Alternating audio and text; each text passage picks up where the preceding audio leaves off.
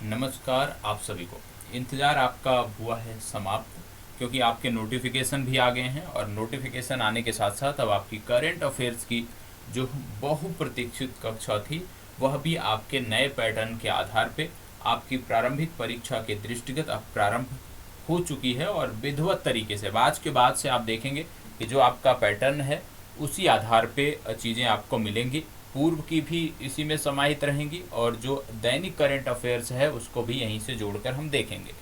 अब यहाँ पे आपको कुछ बदलाव भी हैं जिन पर आपको ध्यान देना है। इस क्लास से संबंधित बदलाव क्या है कि प्रत्येक दिन आपकी जो भी क्लास होती है उसका आपको नोट्स भी प्रॉपर बनाना होगा, और नोट्स बनाने के साथ साथ वीकली टारगेट हम देंगे, वहाँ पे उस नोट्स को सबमिट भी करना होगा। और याद रखिएगा कि अब आपको साप्ताहिक स्तर पर भी पूरे एक सप्ताह के घटनाक्रमों की भी पीडीएफ आपको मिलेगी। मासिक स्तर पर भी आपको प्रश्नों की पीडीएफ मिलेगी, तो परेशान होने की ज़रूरत नहीं है। करंट अफेयर्स को आपको एकदम बोलते हैं ना कि एकदम लाइटली लेना है, हल्के में इसको लेना है, और निश्चित रूप से सारी चीज़ें यहाँ पे अच्छी होंगी। आपको जो ज़्यादा फोकस करना है वो आप अन्य विषयों पर कर सकते हैं, जैसे सामान्य विज्ञान हो गया, इतिहास हो गया, बिहार राज्य हो गया, इन सब पर आप अपना ज़्यादा फोकस करिए। करंट अफेयर्स के लिए सिर्फ हमें 1 घंटे का समय दे दीजिए। रात्रि 11 बजे आपकी क्लास होती है, 20 मिनट 25 मिनट आधे घंटे की क्लास होती है, उस क्लास को करना है। और उस क्लास के बाद जो भी फैक्ट बताए जाए उसका नोट्स तैयार करना है। नोट्स कैसे तैयार करना है उसको लेकर हमने आपको जानकारी दे दी है। अब बात आती है पीडीएफ की। आज से आपकी पीडीएफ जो है वो रेगुलर मिलेगी, और पीडीएफ आपको 68 का जो बीपीएससी का गाइडेंस बैच है उसी बैच के स्टडी मटेरियल के सेक्शन के अंतर्गत आपको ये पीडीएफ प्राप्त होगी। तो आप सभी को अब रेगुलर हो जाना है, नियमित हो जाना है, क्योंकि आप सब भी यही बोल रहे थे कि नोटिफिकेशन कब आएगा, परीक्षा हमारी कब होगी। तो अब नोटिफिकेशन भी आ चुका है, परीक्षा की तिथि भी आपकी कंफर्म हो चुकी है। तब अब नए सिरे से अपनी तैयारी को प्रारंभ करना है, पुरानी कमियों को दूर भी करना है। जिनका नहीं हुआ है इस बार उनको घबराने की ज़रूरत नहीं है, नए सिरे से अपनी तैयारी को प्रारंभ करिए। अपनी उन कमियों को पहचानिए जो कमियां आपने पिछली 67वीं बीपीएससी के दौरान किया था, प्रीलिम्स के दौरान किया था। उन कमियों को पहचानिए और उनको पूरा करने का, उनको दूर करने का पूरा प्रयास आपको करना है। तो सबसे पहले आज की जो क्लास है, क्योंकि आज से हम दो चीज़ें यहाँ पे आप कह सकते हो कि एक तो पिछला आपका जो भी महत्वपूर्ण है, ठीक है, वो हम यहाँ से कवर करते रहेंगे, साथ ही साथ दैनिक वाला भी हम यहाँ से कवर करते रहेंगे। तो दोनों संदर्भों में ये क्लास आपके लिए महत्वपूर्ण है। और करंट अफेयर्स के लिए मैं बार बार कहता हूँ, आपको कहीं भी भटकने की ज़रूरत नहीं है। जितनी जानकारी होगी मैक्सिमम जानकारी आपकी क्लास में मिलेगी। जब आपकी परीक्षा नज़दीक आएगी तो उस दौरान वार्षिकांक भी हम करा देंगे 2-3 पत्रिकाओं के। तो एक प्रकार से समग्रता से करंट अफेयर्स आपका समाप्त हो जाएगा। लेकिन ज़रूरी है कि आप रेगुलर जुड़े रहें। जो आपको होमवर्क दिया जाता है उस होमवर्क को डेली करें, क्योंकि जब तक आप इन्वॉल्व नहीं रहेंगे तब तक चीज़ों को आप भूलते जाएंगे और उससे आपके लिए समस्या बड़ी होगी। आज जो ये सेशन है, आज का ये सेशन आप कह सकते हो एक नई शुरुआत है आपके लिए, आपकी परीक्षा को लेकर एक नई शुरुआत है। और इसी तर्ज पर करंट अफेयर्स जैसे आज से आप एक नई शुरुआत के साथ देख रहे हो, ऐसे जो आपका सामान्य अध्ययन का है जो 3 बजे आपको मैंने बोला है मिलेगी। लेकिन अभी क्या था कि अभी हम जो पीडीएफ टाइप कराए थे वो पुराने पैटर्न पे टाइप कराए थे। प्रश्न इस तरह से रखे जाते थे कि भाई निगेटिव अंक है नहीं तो उस आधार पे। लेकिन अब आगे से जो रखेंगे प्रश्न भी उसी आधार पे हम सिलेक्ट करेंगे कि आप ज़्यादा से ज़्यादा गलत करो, जहाँ से ज़्यादा प्रश्न बनते हैं उन टॉपिक को हम वहाँ पे रखेंगे। और आपकी भी जिम्मेदारी बनती है कि अब अभी तक क्या होता था कि 30 प्रश्नों की सीरीज है तो 30 प्रश्नों में आपको 10 गलत हो जाते थे, कोई चिंता नहीं। लेकिन नहीं, अब 10 नहीं गलत होना चाहिए। अब 30 में से भले ही आप 15 सही करो, लेकिन गलतियां आपको न्यूनतम करनी है। तो ये बदलाव आपको लाने पड़ेंगे और इसी बदलाव के साथ अब चलना है। और सबसे पहले आज इसकी शुरुआत इस करंट अफेयर्स के सेशन से होगी। करंट अफेयर्स में आज सिर्फ और सिर्फ यदि हम देखें, क्योंकि आज हम शुरुआत कर रहे हैं नोटिफिकेशन के बाद नया तरीके से, नई शुरुआत है, तो 5 प्रश्न सिर्फ मैंने रखे हैं। लेकिन इन 5 प्रश्नों से कम आपके 20 से 25 प्रश्न तैयार होंगे। आप सब जानते होंगे कि जो क्लास होती है आपकी, भले ही 15-20 मिनट की क्लास होती है, लेकिन कितने सारे फैक्ट आपको सीखने को मिलते हैं। तो मैं चाहता हूं कि जो आप सीखो उसको आप नोट डाउन भी करो। जब नोट डाउन करोगे तो आप क्विक रिवीजन कर सकते हो, क्योंकि ज़रूरी नहीं कि ये सारी चीज़ें वार्षिकांक वाली पुस्तक में देखने को मिले। हाँ, कुछ चीज़ें मिल सकती हैं, तो कुछ हमारी क्लास में नहीं मिलेगा वो वहाँ से कवर कर सकते हो, कुछ चीज़ें वहाँ नहीं मिलेगी जो क्लास में है तो उसको क्लास से कवर कर सकते हो। ठीक है, और बार बार कहता हूँ मैं कि प्रयास आप सबको लिंक करने का, चीज़ों को करना है। ठीक है, तो बहुत ही छोटी कक्षा है आज की, लेकिन बहुत कुछ आपको सीखने को मिलेगा। सबसे पहला प्रश्न, हाल ही में भारत अफ्रीका डिफेंस डायलॉग का आयोजन कहाँ किया गया था? चलिए बताइए।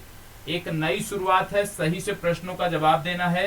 प्रयास यही होना चाहिए कि प्रश्न कम से कम गलत हों। ठीक है, देखो करंट अफेयर्स में आपके डेली प्रयास ये होना चाहिए कम से कम 60%, प्रत्येक क्लास के 60% प्रश्न आप स्वयं सही कर ले जाओ, क्योंकि करंट अफेयर्स तो कुछ ऐसा है नहीं, आप भी अपने स्तर से पढ़ते होंगे समाचार पत्र, ठीक है, जानकारियां तो रखते होंगे, तो गलत नहीं होना चाहिए, 60% से कम गलत नहीं होना चाहिए। मतलब 40% गलत हो गया कोई बात नहीं, लेकिन हाँ वो 40 से 50 नहीं होना चाहिए। बताइए, इंडिया अफ्रीका डिफेंस डायलॉग का आयोजन कहाँ किया गया था? 4 राज्य यहाँ पे आपको दिए हुए हैं। आपको बता दें, अफ्रीका के साथ यदि हम बात करें तो हमारे जो सैन्य संबंध हैं, जो हमारा सैन्य सहयोग है अफ्रीका के साथ, वो लगातार बढ़ता जा रहा है। आप देख रहे होंगे, हाल ही में एक देखा होगा एक्सरसाइज त्रिलाट, शायद आप में से कुछ लोगों को याद हो ये एक्सरसाइज, मैंने पूर्व की कक्षा में इसको बताया था। यदि याद है तो बहुत अच्छा है, नहीं याद है तो समस्या है। अभी इसके बारे में हम आगे बात करेंगे अगले प्रश्न में। ठीक है, तो यहाँ पे सबसे पहले इसका आयोजन किया गया गुजरात में। गुजरात के किस स्थान पे किया गया? तो गुजरात के गांधीनगर में किया गया, ये आपको पता होना चाहिए। और जब गांधीनगर की बात करते हैं तो गांधीनगर अपने आप में चर्चा में रहा है। क्यों चर्चा में रहा है? क्योंकि डिफेंस एक्सपो 2022 का जो आयोजन था, शायद आपको याद हो, डिफेंस एक्सपो 2022 का जो आयोजन था वह भी कहाँ किया गया था? गांधीनगर में ही किया गया था। और डिफेंस एक्सपो 2022 की थीम की यदि हम बात करें तो ये सबसे महत्वपूर्ण है, ये थीम है path to pride. Path to pride, ये थीम भी आपको पता होना चाहिए। तो याद रखना है, डिफेंस एक्सपो का भी आयोजन गांधीनगर में किया गया था और भारत अफ्रीका डिफेंस डायलॉग का भी आयोजन गांधीनगर में किया गया था। और डिफेंस एक्सपो 2022 की थीम भी थी पाथ टू प्राइड, यह भी आपको याद रखने की जरूरत है। यहाँ पे गुजरात की बात हो रही है तो आपको बता दें कि गुजरात लगातार प्रधानमंत्री जी, यदि हम बात करें तो पिछले कुछ महीने से लगातार महीने में 1-2 यात्राएं प्रधानमंत्री जी की गुजरात की यात्राएं हो रही हैं, क्योंकि गुजरात में चुनाव है तो उस दृष्टि से भी। तो आपको बता दें कि प्रधानमंत्री ने पिछले दिनों यहाँ पे एक शहर है वहां पे मियावाकी वन लगाया, मियावाकी वन के प्रोजेक्ट की शुरुआत की। और मियावाकी वन के प्रोजेक्ट के साथ साथ यहाँ पे भूल भुलैया उद्यान का भी जो है उद्घाटन इन्होंने किया था। तो याद रखना है भूल भुलैया। यदि आपसे पूछ लिया जाए प्रधानमंत्री जी ने हाल ही में किस शहर में मियावाकी वन और भूल भुलैया उद्यान का उद्घाटन किया, तो ये नगर भी, ये शहर भी आपको पता होना चाहिए। और आपको बता दें ये शहर है गुजरात का, और गुजरात का ये शहर है, इसका नाम है एकता नगर। अब ये जो एकता नगर है ना, ये आपके लिए महत्वपूर्ण है। यदि आपने अच्छे से करंट अफेयर्स पढ़ा होगा तो आपको पता होगा कि ये जो एकता नगर शहर है यह और भी आपके लिए महत्वपूर्ण हो जाता है गांधीनगर से भी ज्यादा। क्यों? क्योंकि अभी हाल ही में पूरे भारत के 2 प्रकार के आप कह सकते हो पूरे भारत के जो राज्य हैं उन राज्यों के मंत्रियों की बैठक हुई थी। कहाँ पे? केंद्र सरकार की अध्यक्षता में हुई थी, तो एकता नगर में हुई थी। और ये कौन कौन से थे? पहला, पर्यावरण मंत्रियों की बैठक हुई थी, पर्यावरण मंत्रियों की बैठक हुई थी। दूसरा, कानून मंत्रियों की बैठक हुई थी। तो पूरे भारत के पर्यावरण मंत्रियों और कानून मंत्रियों की बैठक जो है ये कहाँ हुई थी? एकता नगर में हुई थी। और एकता नगर भी कहाँ पड़ता है? गुजरात में पड़ता है, इसको भी याद रखने की जरूरत है। तो आपने देखा कि यहाँ पे यदि हम बात करें तो अन्य कक्षाओं की तरीके से नहीं है, एक ही प्रश्न से हम कई सारी चीजें सीखते हैं। और यदि हम चाहते तो इससे 4 से 5 प्रश्न आपके बन सकते थे, लेकिन हमने एक ही प्रश्न से सीखने का प्रयास किया। तो इसी तरह से आपको नोट करना है गुजरात पेज के अंतर्गत आज 4 से 5 फैक्ट नोट करना है। मसाई मारा कहीं बोला जाता है, कहीं मसाई मारा बोला जाता है, कोई बात नहीं। बात हो रही है मसाई मारा नेशनल पार्क किस देश में स्थित है? बहुत ही महत्वपूर्ण नेशनल पार्क है। यदि हम बात करें तो बताइएगा, मसाई मारा नेशनल पार्क कहाँ पर स्थित है, ये आपको बताना है। बताएं, मसाई मारा नेशनल पार्क कहाँ पर स्थित है?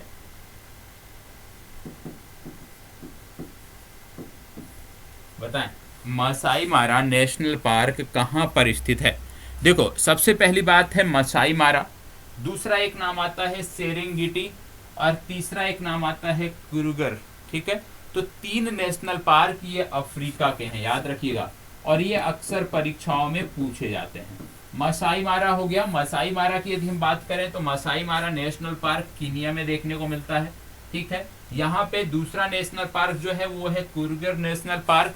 यदि हम इसकी बात करें कुरुगर नेशनल पार्क की, तो ये आपको दक्षिण अफ्रीका में देखने को मिलता है। और यदि हम सेरेंगेटी नेशनल पार्क की बात करें तो सेरेंगेटी नेशनल पार्क तंजानिया में देखने को मिलता है। आप में से हो सकता है कई लोग डिस्कवरी या एनिमल प्लानट नामक जो चैनल आता है उसको देखते हो, तो उसमें विशेष रूप से एनिमल प्लानट जो चैनल है उसमें विशेष रूप से जो आप देखते होंगे शेरों के बारे में दिखाया जाता होगा।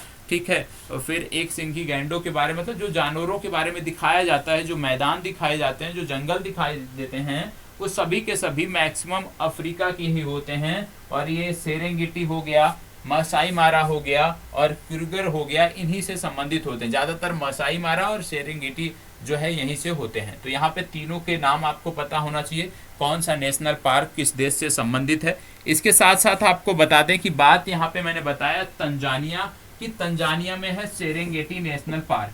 आप जानते हैं अफ्रीका का जो सर्वोच्च शिखर है उसको बोलते हैं माउंट किलीमंजारो, माउंट किलीमंजारो। और माउंट किलीमंजारो की यदि हम बात करें तो यह भी आपको तंजानिया में ही देखने को मिलता है, माउंट किलीमंजारो। इसके साथ साथ यदि हम बात करें तो अभी मैंने आपको बताया था त्रिलाट, पिछले प्रश्न में मैंने चर्चा किया था, IMT त्रिलाट, इसको बोलते हैं हिंदी में त्रिलाट इसको बोलते हैं। ठीक, तो ये एक सैन्य अभ्यास था जिसका नाम था IMT त्रिलाट, पिछले दिनों मैंने आपको बताया था। ठीक है, यदि आपके नोट्स अपडेटेड हैं तो वहां पे आप जाके देखेंगे, देखने को मिलेगा। तो ये जो IMT त्रिलाट सैन्य अभ्यास था इसमें 3 देश भाग ले रहे थे। ये तीनों देश कौन कौन से थे? पहला था भारत, दूसरा था मोजाम्बिक और तीसरा देश था तंजानिया। ठीक है, ये भी आपको पता होना चाहिए कि IMT त्रिलाट किन देशों के बीच सैन्य अभ्यास है। इसके साथ साथ आपको यह भी पता होना चाहिए कि भैया जो ये त्रिलाट सैन्य अभ्यास हुआ इसमें कौन सा जहाज हमारा गया था? तो याद रखना है INS तरकस, ऐसे प्रश्न अक्सर पूछे जाते हैं। तो INS तरकस जो है ये भेजा गया था इस सैन्य अभ्यास में, ये आपको पता है। ठीक है, तो इस प्रश्न से हमने इतना सीखा है, इसको आपको नोट करना है। चलिए बढ़ते हैं आगे और देखते हैं अगला प्रश्न। हाल ही में स्टैचू ऑफ बिलीफ का उद्घाटन किस राज्य में किया गया? स्टैचू ऑफ बिलीफ की बात हो रही है, बताएं। स्टैचू ऑफ बिलीफ का उद्घाटन कहाँ किया गया आपको बताना है। 4 राज्य आपके सामने हैं, इन चारों राज्यों में से आपको बताना है। चले बताएं। आपको बता दें एक संस्थान है जिसका नाम है तत्पदम, तत्पदम। और ये जो तत्पदम संस्थान है इसी के द्वारा यह प्रतिमा स्थापित की गई है। और ये जो प्रतिमा है ये भगवान शिव से संबंधित प्रतिमा है। भगवान शिव की विश्व में सबसे बड़ी स्थापित ये प्रतिमा है, यह भी आपको पता होना चाहिए। और यह स्थापित कहाँ की गई है? तो यह स्थापित की गई है राजस्थान में। बी विकल्प आपका इस प्रश्न के लिए सही उत्तर होगा। 112 मीटर ऊंची ये प्रतिमा है। अब बात हो रही है राजस्थान की, तो आप जानते हैं राजस्थान में 4 आपको टाइगर रिजर्व देखने को मिलते हैं। 4 टाइगर रिजर्व देखने को मिलते हैं। रामगढ़ विषधारी सबसे नवीनतम था। ठीक है, रामगढ़ विषधारी ये सबसे नवीनतम था, सबको पता होगा। ठीक है, सरिस्का सबको पता होगा। ठीक है, मुकुंदरा हिल्स, मुकुंदरा हिल्स, और मुकुंदरा हिल्स के साथ साथ रणथंभौर। ठीक है, तो ये नेशनल पार्क है जो आपको पता, सॉरी ये टाइगर रिजर्व है जो आपको पता होना चाहिए। 4 टाइगर रिजर्व हैं राजस्थान के। राजस्थान की बात करें तो राजस्थान की कुछ झीलें अक्सर पूछी जाती हैं, जैसे डोंडवाना झील, देवार झील, डेंगना झील और पंचमुद्रा झील। तो ये कुछ झीलें भी पूछी जाती हैं, इसको भी आपको याद रखना। चलिए आगे बढ़ते हैं। प्रश्न संख्या 4, इसको बताइए। हाल ही में निपुण नामक माइंस किसके द्वारा निर्मित की गई है? निपुण नामक माइंस किसके द्वारा निर्मित की गई है, बताएं। निपुण माइंस की बात हो रही है, ठीक है। निपुण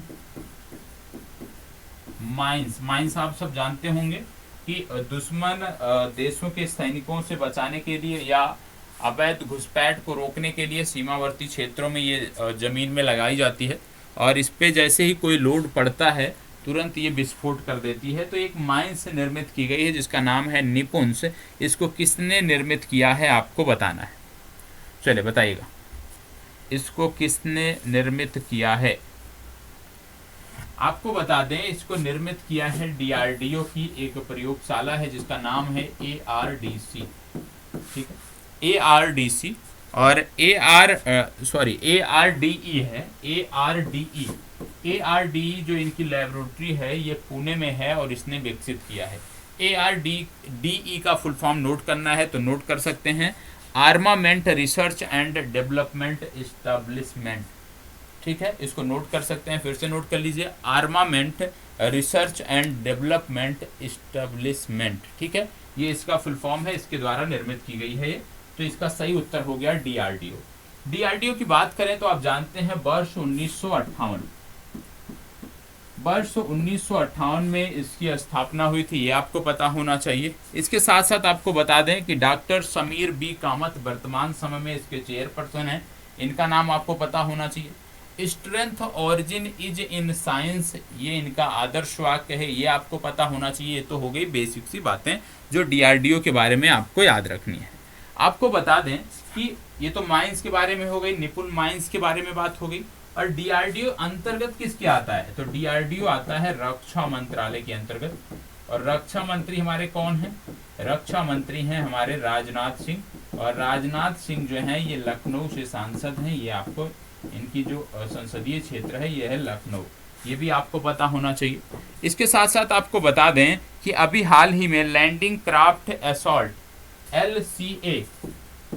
LCA नामक एक नई जहाज जो है रक्षा मंत्रालय ने खरीदी है और ये आप कह सकते हो भारत में ही निर्मित है। भारत में एक शिपयार्ड पड़ता है जिसका नाम है एक्वारियस शिपयार्ड,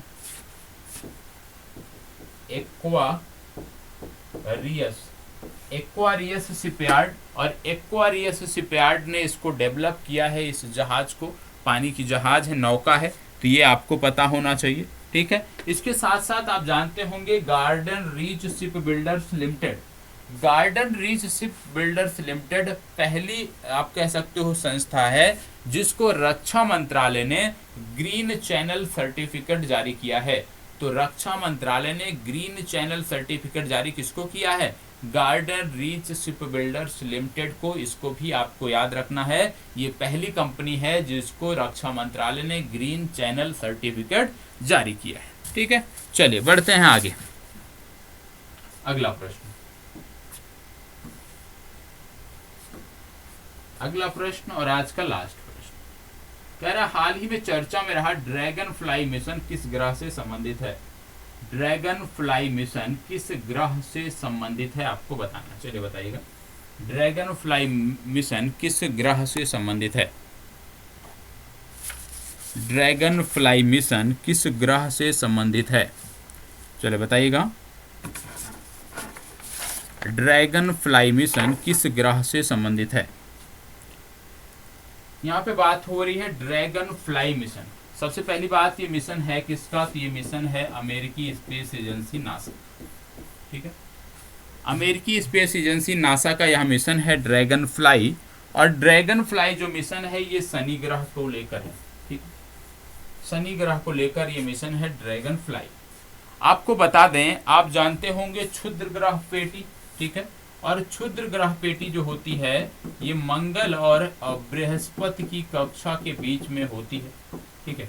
क्षुद्र ग्रह पेटी जो होती है ये मंगल और बृहस्पति की कक्षा के बीच में होती है।